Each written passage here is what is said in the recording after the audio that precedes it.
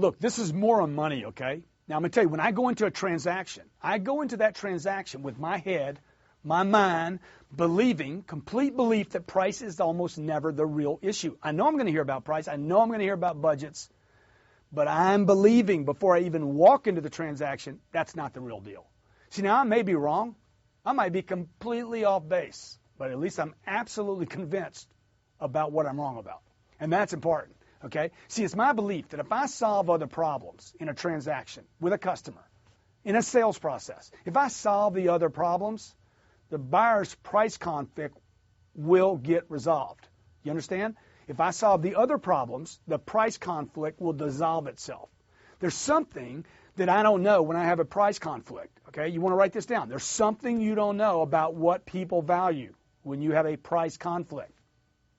And if you don't know what they value, you cannot provide information for them to make sense of the price. You got it? You got to know, hey man, what else is it that's important to these people other than pieces of paper? Let's say a competitor. Let's say one of your best competitors has exactly the same product that you sell.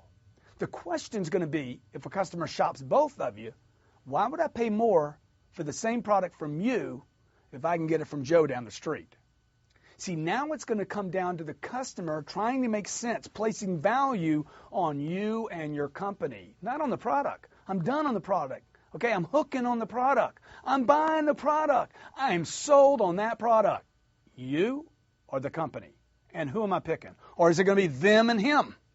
See, it comes down to me now, the company, me and the company, not the product and what it does. Your job now is to give the buyer reasons to pay you the extra. See, most of the population today that can access information to determine how much you even own this product for, right? Look, I can go it doesn't matter whether it's houses or refrigerators or automobiles. I can get on the internet and probably find out something about it. I can find out stuff that's true and untrue with just a little bit of effort. I can always find someone that will sell that product cheaper. I can go on eBay and find somebody bootlegging stuff. It's cheaper. I can go to China and find somebody that counterfeits something. It's cheaper, right? Explain to me why everyone then doesn't just buy from the lowest seller. If the information's available and price is that important, why does everyone not just buy from the lowest bidder? Because look, people want more than the lowest price. People want to know I'm buying the right thing. I have confidence in the product. I have confidence not just in the product, but the company that's getting it to me. I have confidence in the product, I have confidence in the company, and I have confidence in the person that's representing that company, you. So, what do?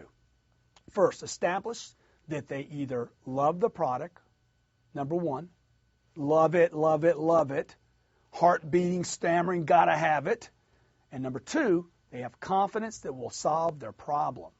You understand what I'm saying? A guy's buying a 3-carat ring for his girlfriend. He's trying to solve a problem. Trust me, he's not just getting a gift. He's trying to solve some problem for him. He's not just Mr. Generous. He's trying to solve some other problem we'll talk about. And number three, you need to demonstrate why buying from you and your company is uniquely different. It's a value-add proposition. You offer something they do not offer.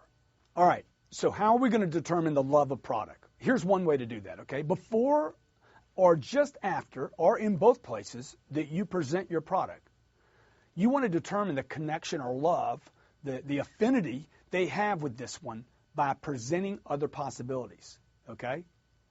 You know what I'm saying? I could say, hey, any chance you consider this? No, Grant. No, this is the one I want. How about this? How about we go over here? No, Grant, this is the one I want. Hey, man, I found out I have a connection. Another way to determine the amount of love, affinity, connection with is to ask, hey, let me ask you, on a scale from 1 to 10, how would you rate this? 10 being the highest, how would you rate it? Oh, I'd give it about a 9. Really? What would make it a 10? Oh, if it was a little bigger, it'd be a 10, but I don't need that yet. Okay? See, regarding the second point, confidence in the product, in solving problems. Okay? First, we got to get the love connection. The second point is what? Confidence in that product, solving problems. Every customer is looking to solve a problem. You got it? 100% of the time, every customer is looking to solve a problem when they're buying a product. Always. This means you first find out the connection, the affinity, the love for. The second thing you're going to do is what? What problem are you trying to solve? This means you have to find out what problem they are trying to somehow resolve. What is the primary motivation? Why did you come in today? Why now? Why are you considering doing this at this time? Why didn't you do it 3 months ago? Why didn't you wait for 3 months? You got to probe to find out what is the motivation. Well, Grant, man, I'm really trying to buy a ring for my girl because, we broke up. They broke up, man. He's trying to get her back. That's different. Oh, yeah, he'll go 3 carats. He might go 4. Third point, you and the company, okay? Once you got the connection, once you know what the real problem is, now the third point, you and the company. Make people like you. Service them like mad, like crazy. Laugh with them. Agree with them. Have a great attitude. Never take anything personal when you're working with somebody, and never quit. And they'll want to do business with you. You understand? Get them to like you, not just the product.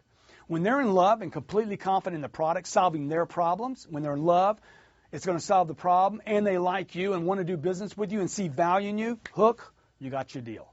You'll sell the product, okay? But those 3 things have to be in.